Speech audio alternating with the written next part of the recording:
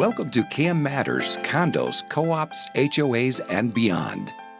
BETSY BARBIEUX is an informational leader in Florida on community association living, rights, and obligations.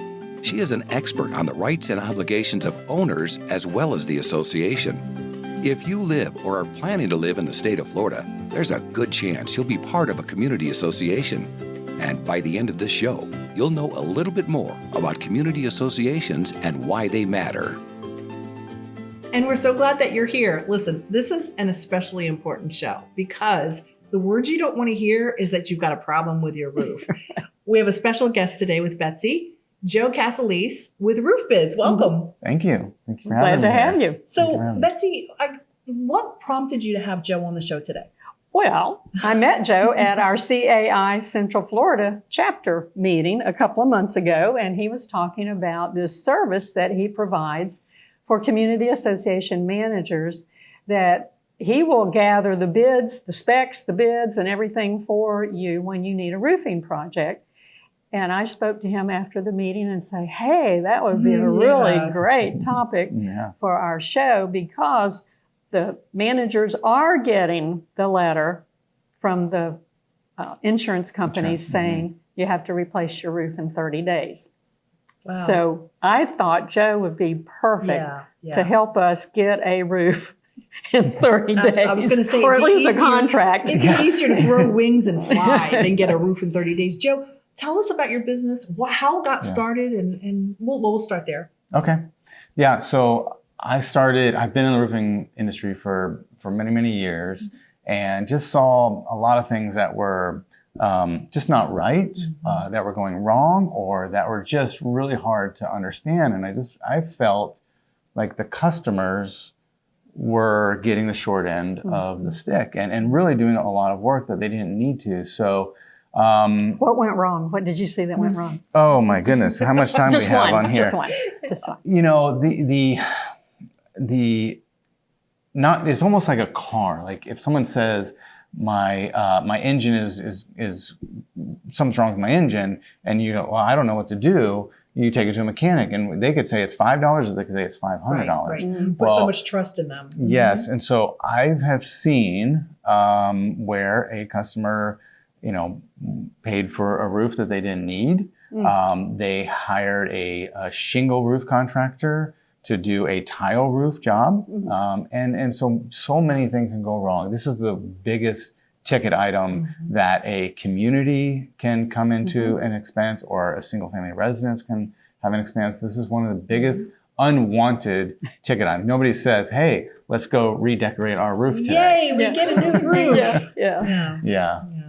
So what are you seeing is the biggest way that you're able to help these communities? I mean, in the past, I imagine they just, there's still such thing as yellow pages. They go through the yellow pages, just trust that what that person provides is the right thing. How do you?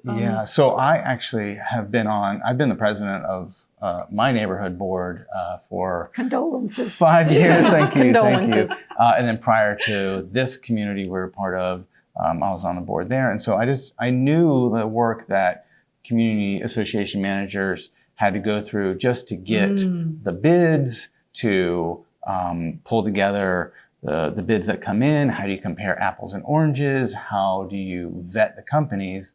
And so those challenges, I think everybody can relate to. And so that's what we do. We actually take the headache away from the board and the community association managers. Do you develop the specs?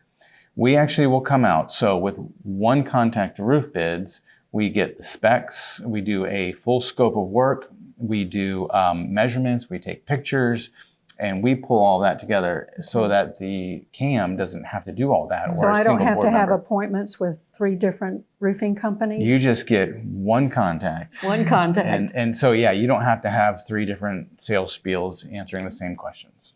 So who is it? I know that you vetted the companies before you present them. What goes into the vetting process? That's a great question. Everybody just Googles, right? Oh, I want to find a roofing company. You type in roof contractor. They must be legit. They must be good. Those Google ratings, everybody has a 4.9. Right.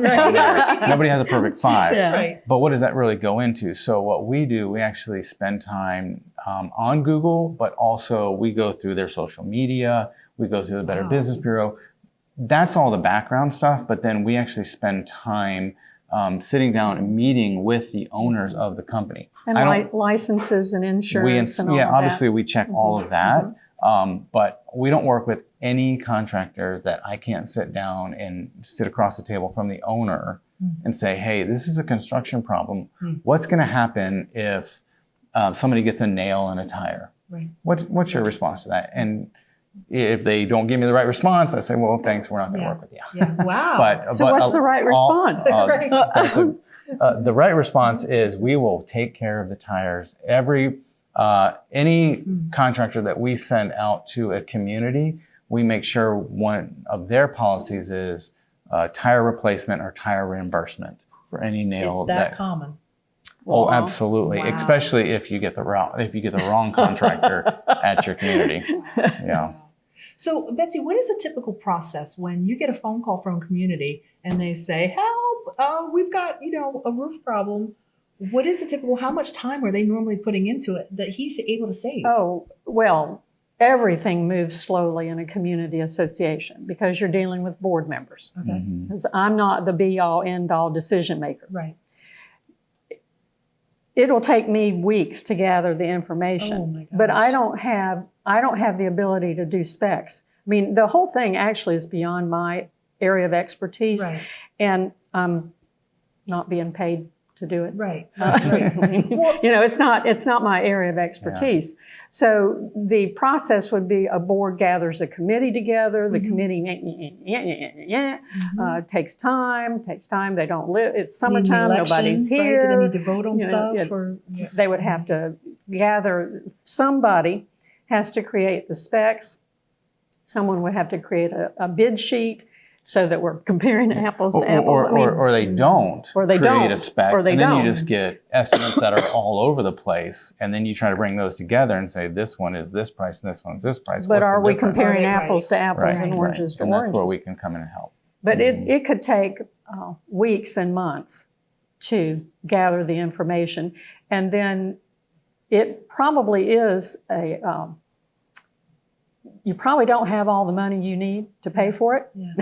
Yeah. Because you're supposed to reserve for what you need, but we're reserving for 15, 20, 25, 30-year roofs. Right. But a lot of us, and I've gotten two, are getting the letter from the insurance companies that say, we're going to drop you if you don't replace your roof in 30 days. Well, we didn't save enough money to replace it in 30 days. Right. Yeah. We saved enough money to replace it 10 years from now. Right. Wow. So now we have to have succession of meetings, board meetings, membership meetings. We have to vote to special assess. We have to vote to approve the contract. Yeah. Joe, one thing that was interesting that Betsy brought up was apples to apples. What are some of the things that can throw communities off and go, well, this one's a lot less expensive? What are some of those factors that you go, wait a minute, but that doesn't include, the glue? I don't know. Nails. Hopefully they're not gluing the roof down. That's going to be a big problem. A hurricane comes through. But no, we actually, our document that you get is called the apples to apples comparison sheet. And so we line it up and we compare our own rating of each contractor. So it's not a Google rating, but it's our own star rating. So you'll see a 4-star, a 4.5-star, a 5-star. What does that mean? And we compare all that. Okay. Then you've got materials. You've got warranty information. And we help explain because not every warranty is as cracked up as it really is, or is it worth it? So we go through that. And obviously the price. Well, the price really is a indicator of all those things that are above that. And we compare all those. And if something is of equal, we put a little apple right next to it and say, this is equal to this, even though it doesn't say the same thing. So you might have a different underlayment that reads differently, but it's actually the same thing. Or different shingle manufacturers. Next we actually put little apples. All right. Anything we can do to help you. Managers. A visual. Get through It's it. very good visual. Why don't we take a break? And Joe, I want you to be thinking about a story because I've got a question for you. So we're going to come back, talk about just one story to start the next segment off so that we can encourage the listeners and viewers to come back with a great story. Hang on, okay? Are you ready for a new career? Do you have skills or interest in management, real estate, construction, maintenance, accounting, strategic planning, project management, budgets, human resource management, lawn and landscaping, pool services, or any other expertise needed to operate a community association? If you do, community association management could be for you. For more information, feel free to email Betsy at betsy@floridacamschools.com or visit the Florida Cam Schools website at www.floridacamschools.com. Florida Community Association Management continues to grow. Career opportunities abound. Well, welcome back to the second part of the show. We are tasking Joe with a story about a horrible time when there was an awful situation with a roof, and Roof Bids was able to come through and save the day. Well, I won't take it to horrible, but Okay. challenging. Okay. I got called to a community that had a flat roof, and they said, we already got one bid from a contractor, but we understand your service and we're in over our heads. Mm-hmm. Can you help us through that? So they actually sent me the original proposal. Mm-hmm. I went through it, and number one, I did my vetting process. I didn't call the owner or anything, but I did the vetting process, looked them up, and they're mainly a residential, single-family residential contractor. And I said, well, that's flag number one. And then they were proposing a roof system that really was only going to last them the shortest amount of time. So they were going to put a Band-Aid on the problem. And so I looked at that and I said, okay, well, for the price that they're charging you, I think for just a little bit more, we can actually get you the best roof system. And so we saved them time and money in the long run when they were actually just taking the shortest route possible. And the contractor, I don't know, good or bad, they were doing the best that they could. Right. But they were not setting them up for future success. And I think, help me out here, but the management company and the board's responsibility is to ensure the longevity of the community financially. That would be the goal, but we find communities, boards that cheap out. Right. And if you cheap out, you're going to pay. In the long run. In the long run. Yeah, you're going to pay more. Yeah. If you either pay a little bit now or you pay a whole lot later. Yeah. But I think I also heard you say in that the contractor was actually a residential roofing contractor. Yeah. And the community needed a commercial roofing contractor. Is and that what I heard? And how do you know that? You don't. Yeah. So what we do is we There's really a get to know. Yeah, we get to know our contractors. What are their specialties?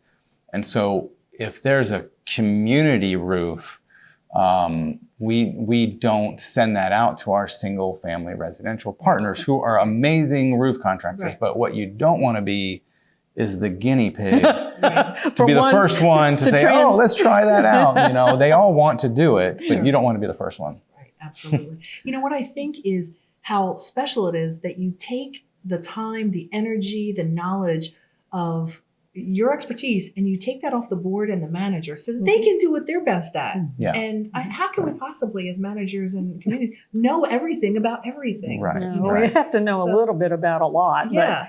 You know the right people. Roofs are beyond my area of expertise, which is why I try to network with people like Joe. Absolutely. Right. So how do you get paid? Oh, that was going to be my question. Is like I'm like, okay, so what's in it for you? How does this work? How do you get paid? Well, we are a service. We're a business, and so we do get paid. Well, I'm sure you do. You're not a nonprofit. But we only get paid by the winning roof contractor. So it's not like an Angie's List or anything like that where you pay a monthly service. Pay to subscribe or be a member or Our whatever. Partners only pay when they actually win. Oh, great.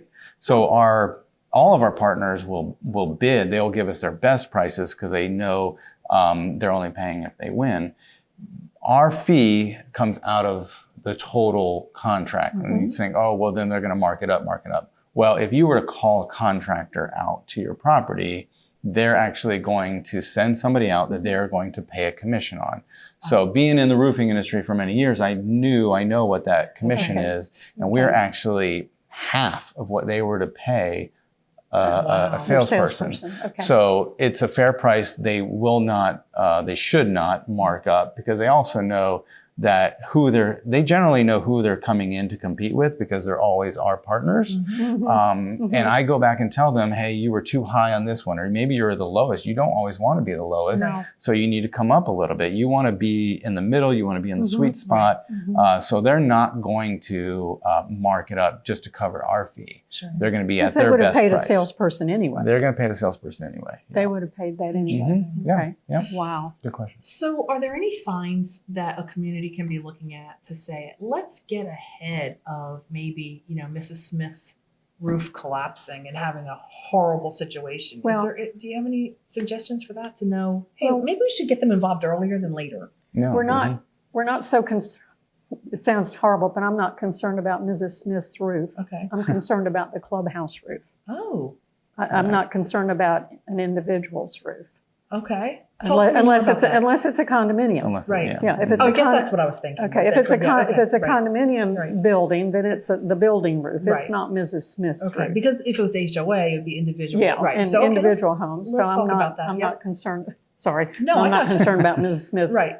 HOA. No, we're home. talking about community. Yeah, but the community. The statute requires a strategic savings plan. We call that the reserves. Right. And the statute for condominiums and co-ops requires that the roofs be included in that strategic plan. Right. But we're planning based on the life of the roof that our roofer experts gave us. Right. originally. But the insurance companies are coming in underneath because of all of the storms and losses that they've had, and say, well, we're just not going to insure roofs anymore.